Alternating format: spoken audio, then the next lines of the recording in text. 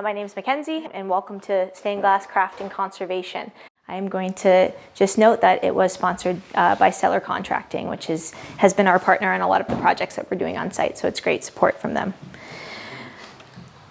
So, as Teresa mentioned, I'm the project manager here at the Brown Homestead, but alongside that I've been dabbling in creating a stained glass practice outside of my full-time job. My background is in heritage conservation. Again, I graduated from the Willowbank School of Restoration Arts, and that really started my discovery of stained glass really in the first place. So before Willowbank, I started studying environmental sustainability and the history of art and architecture. But I found myself kind of frustrated in not really having a tangible experience with the materials we were talking about. We did a lot of studying from textbooks and sitting in desks, but not a lot of going out and learning from the actual trades themselves. I wanted to work with the materials. I knew that right from the start. So Willowbank offered that opportunity, and its program is built around craft education, but it's also built around real-world experiences and your interaction with the buildings themselves. So one of the most valuable parts of the program was working across the multiple trades: carpentry, blacksmithing, stone carving, and returning to stained glass every year. That was the one course that it wasn't just here's 1 week of it in the first year and you don't really touch it ever again. It was let's explore this craft throughout the whole 3 years that you were there. So it was the repetition was really what allowed me to build a deeper understanding of the craft itself. So during my time at Willowbank, especially through COVID, I spent a lot of time in the glass studio. I was very lucky to not feel like I was having any FOMO by missing out what was happening outside the studio, because nothing was happening. So I really just worked through the fundamentals of a lot of it. So I learned to cut and grind and make mistakes and just start over again. And at the same time, I started working outside of assignments, class assignments. So these are my two first class assignments that I had worked on. One was really just simply how to make a leaded window. And I picked a fairly simple design. So, I asked, actually, John is in the audience right now, but he's our glass instructor at Willowbank. It was fairly simple, and I got it done pretty quickly in comparison to some of the other projects that my classmates took on. So I begged if I could just start working with some scrap glass that I found underneath the tables, because there was a lot of it. And that's why I kind of dived into, making some earrings or making some other pieces. But it proved to be very hard to use scrap glass and turn it into something else when it's already so tiny. So I came out with a lot of, cuts on my fingers and a lot of blood shed. But it was a lot of fun, and I had a great time with one of my classmates during Christmas break. We just spent so much time in that studio, it was awesome. So that led into taking on small reletting and restoration jobs during the time that I was at Willowbank. I was, connected with some heritage carpenters that needed help with the projects that they were working on. So I took some of that stuff on. My heritage carpentry instructor, Doug Vickers, had a few projects that he needed help on, and it was simply replacing some broken glass and some leaded panes. And again, I asked John if we could just take on this project during class, and he said yes. So actually that's a rubbing of one of the ones, and that was the first rubbing I ever made, and I didn't even know what it was at the time. And so I completed this with the ongoing support of the other classmates as well. We got to use it as a learning tool, which was cool. That was, again, just taking on projects that was supporting other craftsmen. From there, I kind of started building the confidence to take on some projects. Again, being very honest about what my skill level was, and just trying to work it through with the client what I could kind of help with. They found me through Willowbank's Instagram account, so again, it wasn't like I had started a business. It was, slowly getting into it and having people come to you about, asking questions and then kind of taking on their work. So this house here specifically, I made 6 windows for over 3-4 years. Basically, this house was bought by a couple who moved from Toronto down to Hamilton, and they knew that they wanted to add character back into the home. They just, didn't know exactly what was there before, because there was no documentation of it. So they started with this transom window. So this transom window was made by another stained glass artist in Hamilton, who took that design, or I guess came up with that design from a window next door. So a lot of the houses in Hamilton, you'll see, it's the same. It's copy paste in some of the neighborhoods because they were built at the same time. So that's what they had assumed, that this window would have been this window because it was the window next door.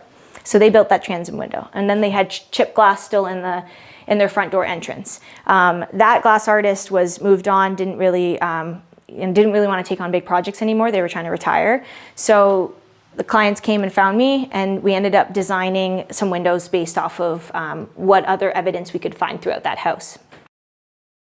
So this is the front entrance. So the only existing glass window, leaded panel in that house was this side light that was on the west side of the house. So we kind of looked at it and said, okay, what can we take from that and what can we take from the transom and create something, colorful and somewhat appropriate for the design of the house itself. And that's how we came up with this design. So we grabbed some of the shapes that were present here. They did want to design the flower based off of just what they saw, but pointing out, there's actually the rubbings up there. Those are from reclaimed church windows, and I made rubbings of them and took them apart because they weren't going to work the shape that they were. And I took those rondelles out of the window and I reused them in these pieces. So I've been trying to reuse glass when you can, and then you have to purchase new glass when you don't have pieces large enough. So then my next piece that I made was for their attic windows. In this space specifically, the whole interior of that attic was white. So they knew they wanted to bring color into it.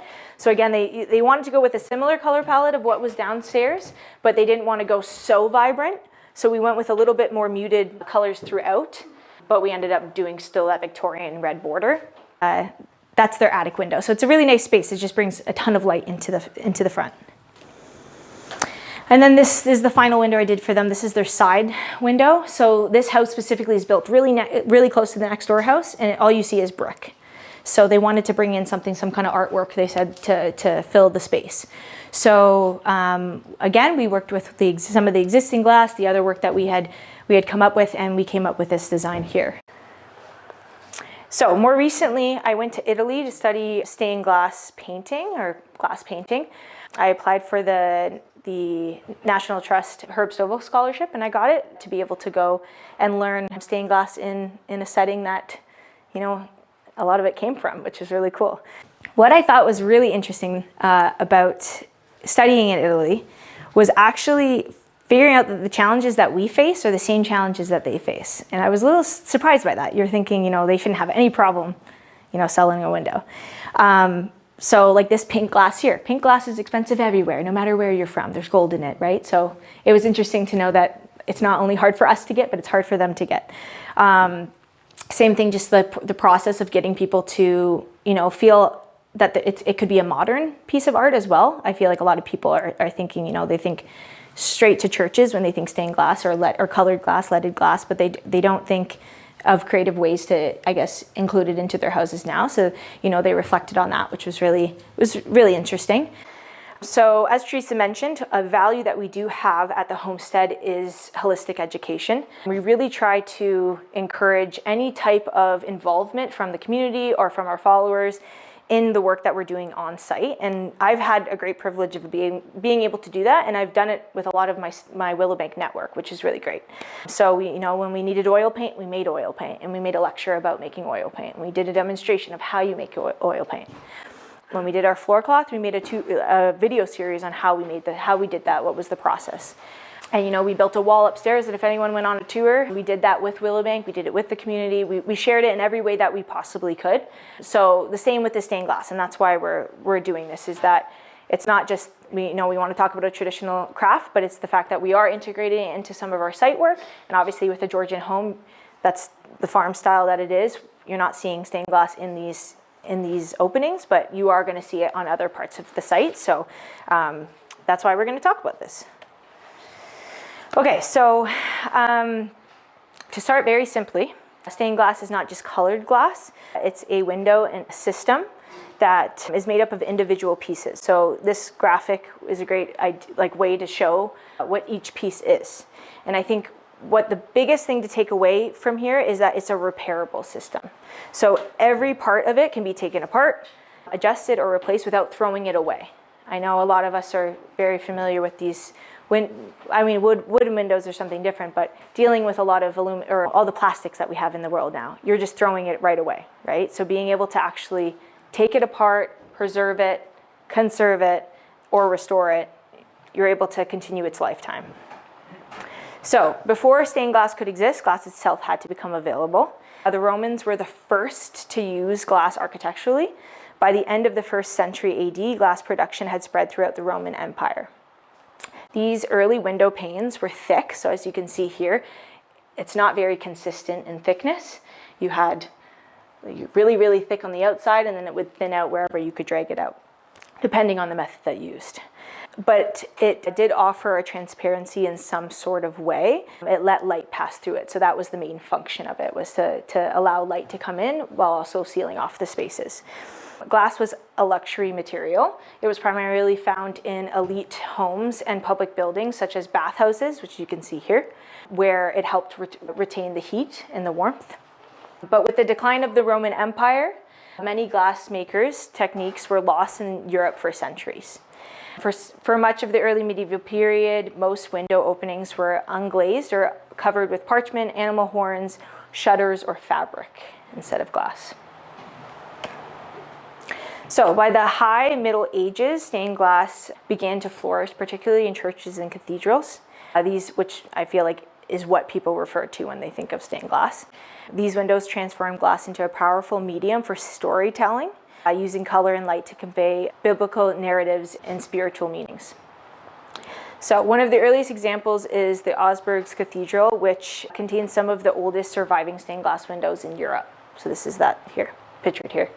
It is important to note that the stained glass remained largely inaccessible for ordinary people. Glass continued to be expensive, reinforcing its association with religious and elite spaces.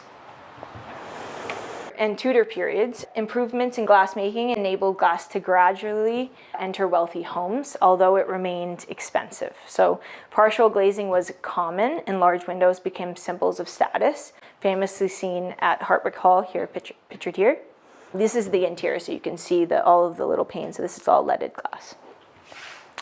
They describe this building as having more glass than a wall, which is kind of cool. Because large sheets of glass were still not possible, many small panes had to be held together with lead. This particular limitation kept leaded glazing dominant in domestic and civil buildings well into the 17th and 18th centuries.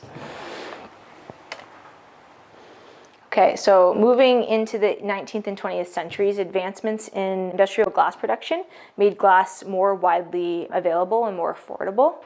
This is when we began to see stained glass and leaded glass become more common in residential architecture. So you see a lot of Victorian, Edwardian homes be able to access stained glass. It appears in front doors, transoms, decorative windows, often reflecting styles like Victorian and arts and craft design. While the material became more accessible, the craft itself remained highly skilled in balancing both tradition and innovation. So I found this piece. I know some people, it might be controversial, you might not think it's very innovative, but I think it's really cool. And I think there's a talent involved in that, obviously, to achieve that. So what hasn't changed much over time are the materials themselves. So hand-blown glass, lead, and tin-based solder are used in age honestly. They don't last forever without care, but they were never meant to be disposable. So again, just being able to continuously repair them so that they stand and last over time rather than just disposing of them. But before we move into conservation, it helps to understand how glass itself was made, because the production methods directly shape the appearance and construction of historic windows themselves. Okay, so for centuries, glass was made by hand using blowing techniques. So one method was introduced in Britain in the 17th century, was crown glass. So a bubble of molten glass was blown, attached to a rod, and then spun into a flat circular sheet. So Claire Brinkwork is a classmate of mine who graduated the year below me, and she's working right now in New England with Window Women of New England. And she actually just restored these windows here, which I thought was really cool to see. But this is showing the centerpiece of the glass, right? So that was, at that time, it was actually it's cool to us to see. And like getting rondelles, it's very expensive for me to buy now. But back then, it was, the excess piece. And then another common method was cylinder glass. A long bubble of glass was blown into a cylinder, and then the ends were cut off, and then they rolled it out to flatten it. This method was used from the medieval period through the 19th century, and it's responsible for slightly wavy characteristics of window glass. So we have a lot of, it's hard to show you now. Actually, it's actually pretty evident. You can see it. If you look in the windows in the house, you will see some bubbles or waves throughout the house. So by the mid-19th century, industrial methods allowed glass to be rolled into larger, more uniform sheets. This is when we began to see larger panes in Victorian and later buildings. In the early 20th century, drawn glass processes allowed sheets of glass to be pulled continuously from molten tanks. This created more uniform industrial glass, though it still required grinding and polishing for it to be translucent. And in 1959, the float glass process was introduced, producing perfectly flat, distortion-free sheets, which is standard glass we use today. So that's what we see today, and they're able to add texture to it as well. Okay, so when people say colored glass, stained glass, there are you can differentiate the two. When we're talking about colored glass, there are two main historic ways to color glass. The first one being pot metal, which is the color is mixed directly into the molten glass, so it runs all the way through. Or you'll see flash glass, which there's actually a flash glass piece in the display case out in the parlor, but it's fused over a clear base, allowing artists to remove some of the color. So it's like a relief painting, basically. But when you look at it from the side, all you see is the color on top of clear glass. So moving into, painting surfaces. So color is stained glass. It's just not in the glass. So it's also painted on the surface. So there are 3 different methods to do so, which again was cool for me to be in Italy to actually learn that, because it's not necessarily something that we learned here. But to do so, first you would either fire the glass, you would paint on the glass, and then you'd have to fire it so it fires into the surface. One of the ones that was the most sought after to use in Italy was the silver stain, because it's very expensive and I haven't seen it here. But it produces yellow tones. So if you see yellow, it's actually, when you paint it on, it's red, and then when it's fired, it turns yellow. So if anyone's familiar with, using kilns for pottery, same type of method. It was very cool to be able to see. It's like almost experimenting with color at that point. But this is how we get like golden halos and hair and architectural highlights. That's what those are used for. And then enamels allowed for a broader color palette, especially in later stained glass. So they sit more on the top, like the surface of the glass, and it's more vulnerable to deterioration. So you have to be more careful with it, because it isn't necessarily like in the glass the way that the other ones are, which is important to know for conservation. Understanding which paint is used tells us how cautious we need to be when cleaning and repairing it. The process of how to make a stained glass hasn't really changed over time. It's relatively the same process. So the process begins with measuring the window opening, followed by a small design sketch. So the sketch itself is enlarged in full working size, and it's called a cartoon, which shows exactly where each piece of glass and lead line will go. So basically this picture here was drawn and sketched based on what shadowing you want, just the same way you would sketch a full portrait. And then you have to divide it based on where you want the cuts of glass to be, and where your changes of color are going to be as well, because your glass could change over time.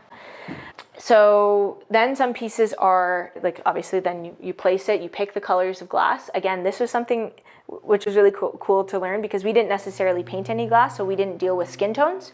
But knowing that you don't use clear glass on skin tones was very interesting, because we realized we were going to make them very, very clear when you still want them to feel like it's flesh still. So picking the glass was kind of daunting, because when you choose a skin tone, you're hoping that it's accurate and that whatever you're going to paint on it is actually still going to be visible, which you'd have to pick really, really dark glass for that to be the case. We thought every glass that we picked, we thought it was the right one, and we were told to go darker and darker, which is interesting. And then glass, once it's selected and cut, you have to start with the painting or silver stain. So the way that we did it here was, our process was, we did 2 processes. So the window, it is present in that room over there, but this is my subject was Dante, and when we did paint it, we used Grizel, and there was two different methods that we used. So the first one we used was painting the lines and firing it. So they were fired in. So you would paint the stark line, so you can see all of the all the impressions that you knew you wanted to be dark. And then we did a method where yourself, and that basically adds a thin layer of matting with a brush. And then same thing, it's a relief, right? So it's taking away. Again, very cautious of like how much you take away. And then we would fire it again, and that's how it's in. We did end up using some silver stain, but it didn't really show it up as much as I thought it would, but probably because I put it on a blue book and it's kind of hard to show it. But you can take a look after if you'd like. And then we moved into assembling it, which is called leading up, which basically just means we're putting the glass pieces together. And then we finished by, this says install, but we soldered it afterwards. So soldering the joints and then the installation. So I actually just made the frame for that the other day.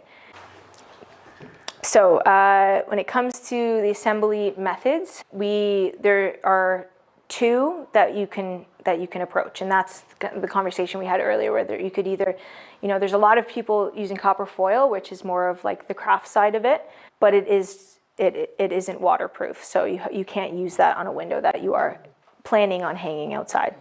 The benefits of using copper foil is that you aren't using lead, which is, I guess, it's a huge benefit nowadays. People are thinking more about the health and safety of it. But it's also a lot easier for intricate little cuts. And I put this piece here specifically because when somebody approached me about making this, it was a friend of mine, I said, do you want it in a window, or are you okay with it hanging outside? Because it will, it is very hard to do these little pieces, and it's going to be a lot more work than copper foiling it.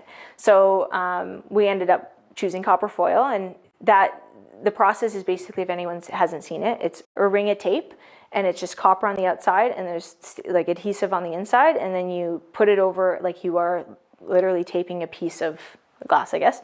And then you really make sure that it's on, because you don't want it to bubble over.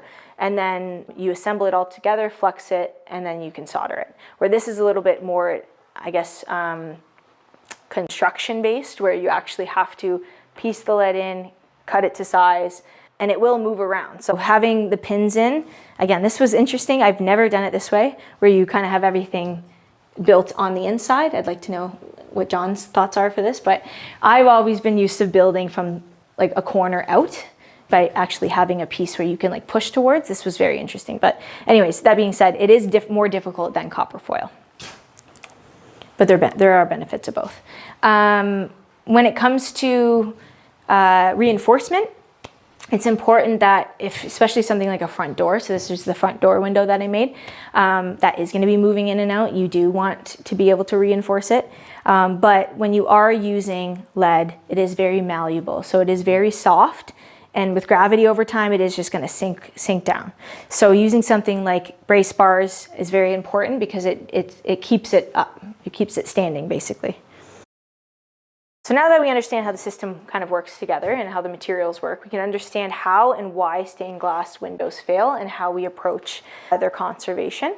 When stained glass windows fail, it's rarely because the glass is weak itself. It is due to the lead, because the fatigue over time that the window just faces. So understanding failure is the first step towards responsible conservation. So when it comes to conservation basics, this is just for the field in itself, not just stained glass. But the first step is understanding how it's put together, which we just went over. And we look at the glass, the lead system, the solder joints, and the support structure, including any of the tie wires, and understand, what's going on there, what is there in the first place. Before we touch anything, we do document it. So that means photographs, measurements, and condition notes, what's cracked, what's bowing. And then we do, not only photographs, but measurements. And you figure out what's original and what's been repaired before. Sometimes there are notes, depending on the level of stained glass that you are restoring. We've been told that, I guess, a lot of the glass artists will actually make I guess, an initial almost on the pieces, or just making sure that they differentiate the difference between the replacement piece and the original pieces, just so when somebody else comes to conserve it, hopefully 100 years down the line, it's very distinguishable, and you're not trying to fake that you did it. But that's a conservation basic in any line of work. Same with stone, masonry. We want to make sure we tell the story along with any documentation that we do, but physically as well. So one traditional documentation method is a charcoal rubbing, which I'm going to do today. This records the lead layout exactly how it exists. So it's basically a pattern and how to put the puzzle back together.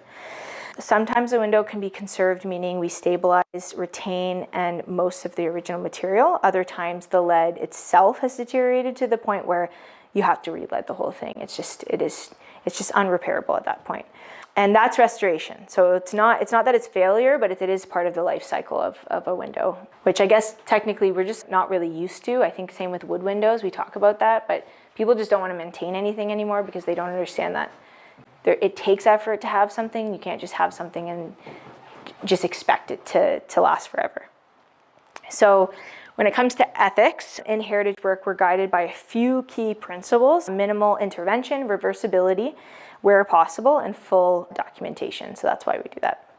And the goal is not to make something look brand new, it's to allow it to keep aging gracefully, depending on what you go with. If the client wants restoration, you make it look brand new. But it is important that we do make it obvious, though, to the next conservators. So that's a good point.